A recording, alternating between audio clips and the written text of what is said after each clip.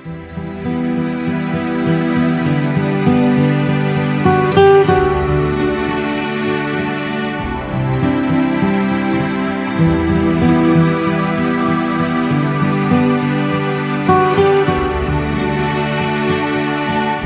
primeira pergunta feita sobre a vinda do Senhor nesta era da igreja, da qual temos algum registro, é a pergunta que perturba os crentes em Tessalônica por volta do ano 50, 51 depois de Cristo.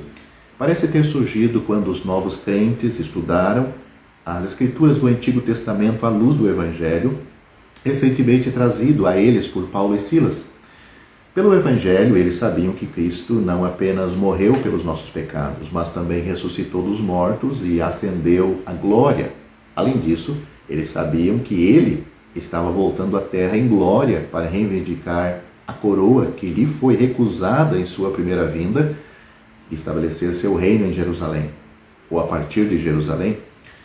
Embora a nação de Israel tivesse rejeitado seu filho, e, portanto, fosse temporariamente posta de lado, como temos em Romanos capítulo 11, versículo 25, enquanto o evangelho da graça era divulgado às nações, as Escrituras deixaram bem claro que Deus ainda tinha propósito de abençoar aquela nação. Para os crentes, a perspectiva era brilhante. Cristo estava voltando à terra para o estabelecimento do reino glorioso no qual eles iriam compartilhar. Mas os crentes estavam morrendo e, de repente, eles se perguntaram: esses perderiam aquela manifestação gloriosa? Da ressurreição, eles não tinham a menor dúvida.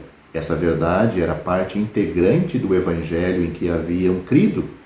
No entanto, a partir do estudo das Escrituras, a ressurreição parecia ser colocada após o estabelecimento do reino. Porque se ler simplesmente Daniel capítulo 12, do versículo 1 ao 3, é isto que vão perceber. Assim, a razão os levou a entender que os crentes que morreram antes da volta do Senhor para o arrebatamento perderiam a gloriosa inauguração do reino. Tal pensamento roubou a vinda do Senhor Jesus em sua glória, aliás, em sua alegria, ou seja, eles perderam a alegria da vinda do Senhor Jesus no arrebatamento se os crentes que já morreram não iam participar. Não de forma alguma como a tristeza que a morte traz aos incrédulos, mas ainda assim eles não poderiam se alegrar como o Senhor pretendia que os crentes fizessem naquela esperança sem sombra. A resposta do próprio Senhor canaliza por meio do apóstolo Paulo, em 1 Tessalonicenses capítulo 4, do versículo 13 ao 18, e trouxe consolo e alegria a multidões de crentes ao longo dos anos. A resposta substitui a ignorância pela luz das Escrituras, põe fim a toda dúvida, dissipa todo vestígio de incerteza e enxuga toda a face manchada de lágrimas. Não há necessidade de lamentar por amigos crentes que morreram. De fato, longe de perder as cenas inaugurais, eles desfrutarão de uma prioridade que os coloca na vanguarda da ação. Pois a Bíblia diz: os que morreram em Cristo ressuscitarão primeiro. Se a pergunta está implícita no anunciado do versículo 13 de 1 Tessalonicenses, capítulo 4, a resposta está implícita no versículo 14. Vamos ler esses versículos para que você entre no contexto do assunto. Diz assim: não quero, porém, irmãos, que sejais ignorantes acerca dos que já dormem, para que não vos entristeçais como os demais que não têm esperança. Porque se cremos que Jesus morreu e ressuscitou, assim também aos que em Jesus dormem, Deus os tornará a trazer com Ele. Esta resposta é baseada em dois fatos indiscutíveis. Primeiro, aquilo que para os incrédulos é morte, torna-se, por meio de Jesus, sono para os crentes. Observe a expressão através de Jesus no versículo 14, aí de 1 Tessalonicenses capítulo 4. O sono está relacionado apenas ao corpo e o verbo está sempre na voz passiva. Assim como uma mãe embala ternamente seu filho para dormir, também Jesus põe seu povo para dormir. A alma partiu para estar com Cristo, enquanto o corpo dorme. Isto é muito claro quando se lê a Bíblia com os olhos e coração que quer aceitar as verdades, e pode ler Filipenses capítulo 1, versículo 23. O segundo ponto que se destaca aqui é: o corpo de Cristo foi colocado em uma tumba, mas a próxima vez que os incrédulos ouvirem será quando ele retornar em glória. Portanto, os incrédulos dos dias de Cristo só viram ele quando foi colocado na tumba, seu corpo. Depois não mais, só os discípulos, os crentes. Assim, os crentes nele, nesta era de pregação do Evangelho da Graça, morrerão e serão sepultados, e a próxima vez que os incrédulos o verão será quando vierem com Cristo à terra em glória. Isso está muito claro no versículo 14, aí também de 1 Tessalonicenses capítulo 13. O verbo que temos aqui, trazer, que no grego é ago, é usado 8 vezes nas epístolas, e 5 dessas ocasiões é traduzido como liderar, conduzir. Portanto, deve ser traduzido aqui desta forma: o Salvador conduz todos os santos ressuscitados, modelados como seu corpo, no estabelecimento de seu reino. Leia sobre isto um pouco mais em 1 Coríntios capítulo 15, do versículo 35 ao 47. Amados crentes que morreram antes da vinda não perderão nada. A ênfase é colocada na presença deles pela expressão assim também. Aí está aí nesses versículos. Nenhum único crente verdadeiro da era da igreja estará faltando. Estaremos todos lá quando o Senhor vem em glória para estabelecer seu reino na terra, 7 anos após o arrebatamento. A explicação de Paulo segue no versículo 15. Ele começa com a palavra dizemo-vos, ou porquanto, que no grego é gar. E tão vital é este assunto que Paulo assegura aos santos que nem mesmo repousa na autoridade apostólica, mas carrega a autoridade absoluta do próprio Senhor. Ele diz assim: é uma palavra do Senhor. Dizemo-vos, pois, isto pela palavra do Senhor, que nós, os que ficarmos vivos, para a vinda do Senhor, não precederemos os que dormem, os crentes que dormem, os que morreram em Cristo. Primeiro, um pensamento muito natural deve ficar claro: que nós, os que ficarmos vivos, para a vinda do Senhor, não precederemos os que dormem. Qualquer questão da prioridade para os crentes vivos está completamente descartada.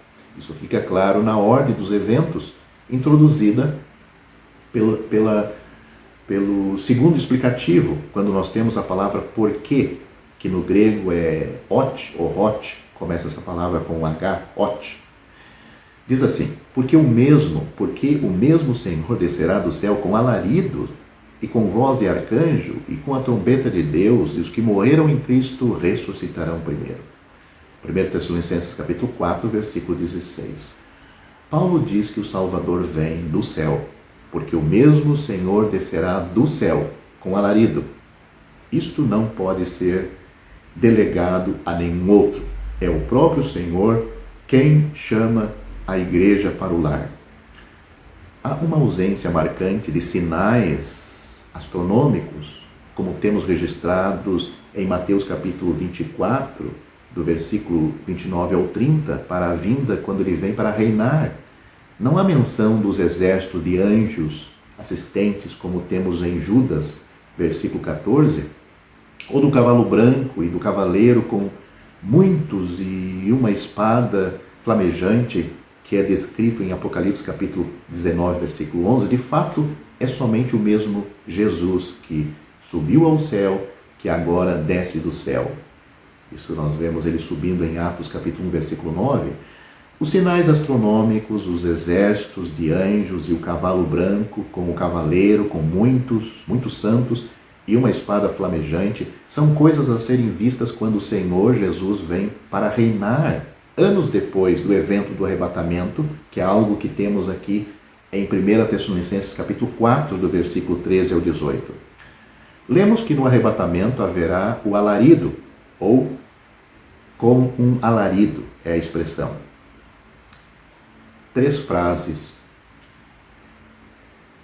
preposicionais estão diante do verbo para descrever as circunstâncias que acompanharão a vinda do Senhor no arrebatamento. Diz assim: com alarido, com voz de arcanjo e com a trombeta de Deus. Existem várias maneiras de entender a gramática envolvida, no entanto, o mais simples é tomar o grito como um som definitivo, que é então interpretado de 2 maneiras diferentes, possivelmente em 2 domínios diferentes. Note, a palavra grito, ou seja, alarido, usado somente aqui no Novo Testamento, tem o significado de autoridade absoluta.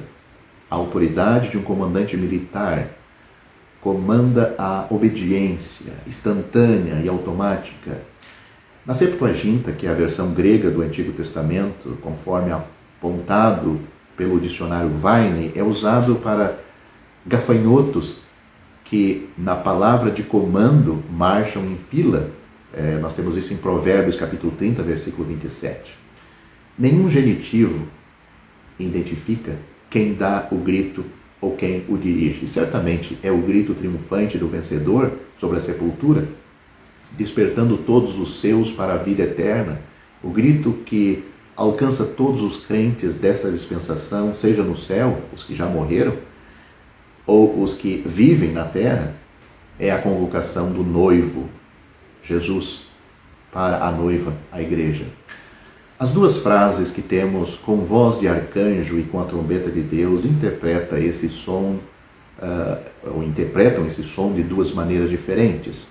No céu, torna-se como a voz do arcanjo. Corpos de crentes parecem estar sob supervisão angelical. Você pode ler isso em Judas, versículo 9. E uma voz que muitos crentes estão prestes a ser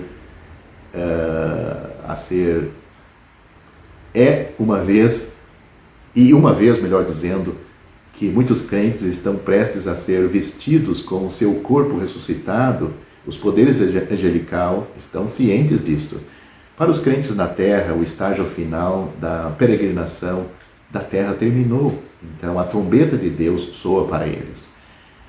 É por isso que é chamado de a última trombeta em 1 Coríntios capítulo 15, versículo 52. Esta não é a 7ª trombeta do Apocalipse capítulo 11, versículo 15, pois lá é numerada em série e o contexto mostra que são trombetas que trazem juízo sobre o mundo dos ímpios. Portanto, não está relacionado a esta trombeta ouvida no arrebatamento dos salvos e somente por eles para o encontro do Senhor nos ares, pois é um momento de bênção para eles.